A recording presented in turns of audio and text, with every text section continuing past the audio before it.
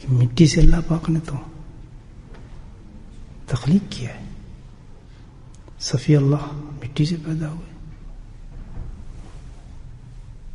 خلیل اللہ مٹی سے پیدا ہوئے، ذبی اللہ مٹی سے پیدا ہوئے، کلیم اللہ مٹی سے پیدا ہوئے، روح اللہ مٹی سے پیدا ہوئے، حبیب اللہ مٹی سے پیدا ہوئے. تو مٹی کیسے کمتر ہو گئی؟ یہ تو ہو ہی نہیں سکتا. 1,24,000 انبیاء، اللہ کی بہترین جماعت انسانوں کی، مٹی سے پیدا ہوئی.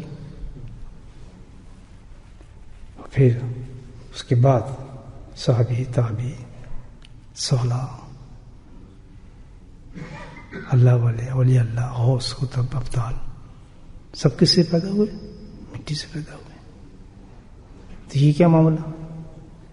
مٹی کو کمتر کیسے کہا جا سکتا ہے؟ سوچیں. وجہ یہ ہے کہ مٹی کی حقیقت کو پہچانا نہیں جو شخص، وہ یہ سمجھتا ہے. حقیقت یہ ہے کہ جیسے کہ سنت ہے، انسان کو میت اتارا جاتا ہے، میت میں قبر میں نبی اکرم صلی اللہ علیہ وسلم کی سنت ہے نا، کہ پہلی مٹی اس پہ جو پھینکی جاتی ہے تو کہا جاتا ہے تو اسی مٹی سے پیدا ہوا تھا. دوسری مٹی پھینکی جاتی ہے کہ تو اسی مٹی میں ڈال دیا گیا. تیسری مٹی کی پھینکی جاتی ہے اور اسی مٹی سے تجھے اٹھایا جائے گا. تو گویا تیرا اوڑھنا بچھونا حقیقت میں سارا مٹی ہی تھا. تیرا عروج بھی مٹی تھا اور تیرا زوال بھی مٹی تھا. جس مٹی کی حقیقت کو سمجھا تو آج کامیاب ہو جائے گا، اور تو نہیں سمجھا تھا تو سب سے بڑا ناکام ہوگا.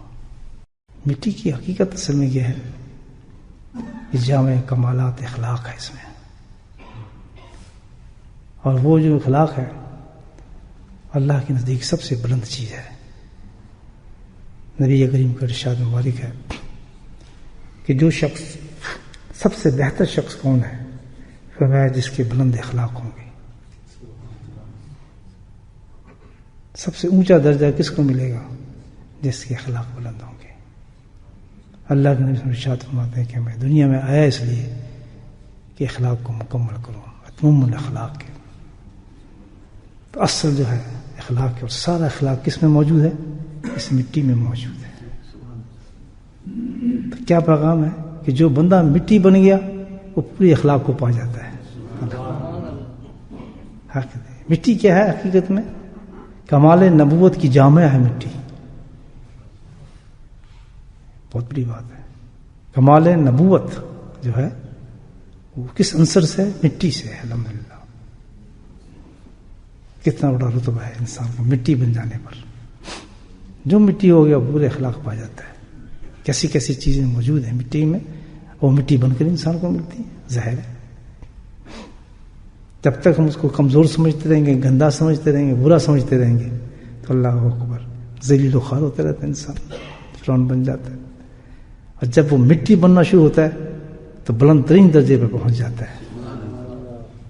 حدیث ہے نبی کے وسلم کی، جو تواضع اور خاکساری کے ساتھ اس دنیا سے جاتا ہے اللہ سبحانہ تعالیٰ اس کو اعلیٰ علین کے اندر جگہ عطا فرماتے ہیں.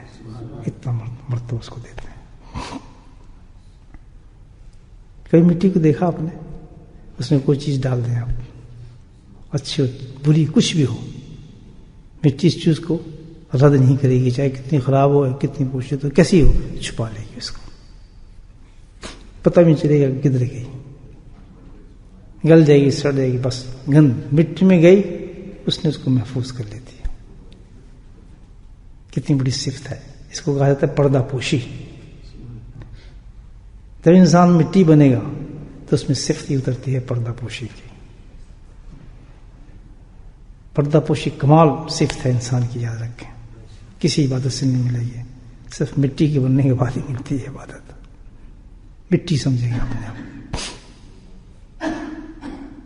پردہ پوشی یہ دیکھیں آپ، آج تو ہمارے معاشرے میں جو حال ہے، صبح سے شام تک تجسس یہ رہتا ہے کہ کسی کو بات پتہ چلے تو دوسرے تک پہنچیں، کسی کی گھر کا کوئی راز پتہ چلے تو جلدی سے پہنچائیں کہ یار ساتھ میں تو یا اللہ معاف کرے بھائی، ہم بدنام تھوڑی کر رہے ہیں، دیکھو اس کی بیٹی تھی، دیکھو کیا کام کیا اس نے، اس کی بہو دیکھو یہ کیا کام کر گئی، اس نے یہ کیا کیا، یہ اس کا بیٹا تو معاف، اللہ تعالیٰ معاف کرے بھائی، اللہ تعالیٰ میں کسی کی برائی نہیں کر رہی ہے کر رہا ہے، تو بس دیکھو کیا حال ہو گیا. سارا دن جو ہے اسی حال میں لگا رہتا ہے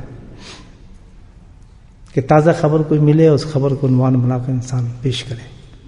راتوں کے 12 بجے مجمع لگتے ہیں عورتوں کے مردوں کے اسی کام پر. اللہ کتنا برا اخلاق ہے. آپ دیکھیں کیا حال ہوگا کیا، مطلب کہاں جائیں گی ہماری عبادتیں دوستوں.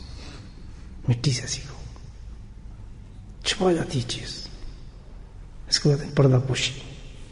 کسی کو کوئی ہے پتہ چلے، پتہ بھی نہ ہو، ظاہر بھی نہ ہو، جیسے سنے ہی نہیں، ہم نے پتہ ہی نہیں، ہم جانتے ہی نہیں، ہمیں تو پتہ ہی نہیں کس چیز کا انعام. دیکھیں کتنی بڑی عبادت ہے. کبھی آ جائے ذہن میں کسی کی بات سمجھ آ رہی، دیکھ رہی ہے، ہمیں کوئی تعلق نہیں اس سے، مضبوط ہو جائے.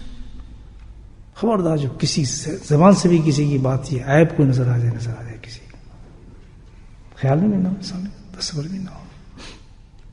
کیوں؟ انعام اللہ نے اس کا یہ رکھا ہے کہ اس کا روز محشر کے اندر ایک موقع ایسا بھی آئے گا جب ایک رسوائی کا عجیب انداز ہوگا زمانے کا. وہ جو بڑے سمجھتے تھے اپنے آپ کو، بڑے اونچے سمجھتے تھے، بڑے پلے دار آدمی تھے، بڑے انہوں نے ڈھکوسلے تھے، اور ننگے کر دیے جائیں گے. رسوائی زمانہ ہوگا، رسوائی ہو رہی ہوگی، ان کے دکھایا جا رہا ہوگا کہ دیکھو ان کی حقیقت کو یہ کیا چیز تھی. دنیا کے سامنے ان کو اللہ پاک ننگا کر دے گا، حتیٰ کہ اپنا وجود جو ہے وہ بھی ظاہر کرے گا کہ اس نے یہ کام کیا تھا، اس نے یہ کام کیا تھا، یہ حرکتیں کرتا تھا.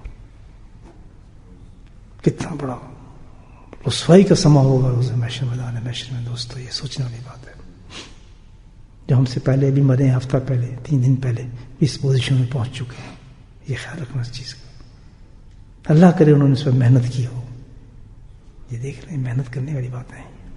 احساس جاگ گیا ان کا، ورنہ ہوگا کیا. دیکھیں جو ہفتے پہلے گئے، ابھی 4 دن پہلے جنازہ اٹھا ہوگا کسی کا، وہ تو چلا گیا.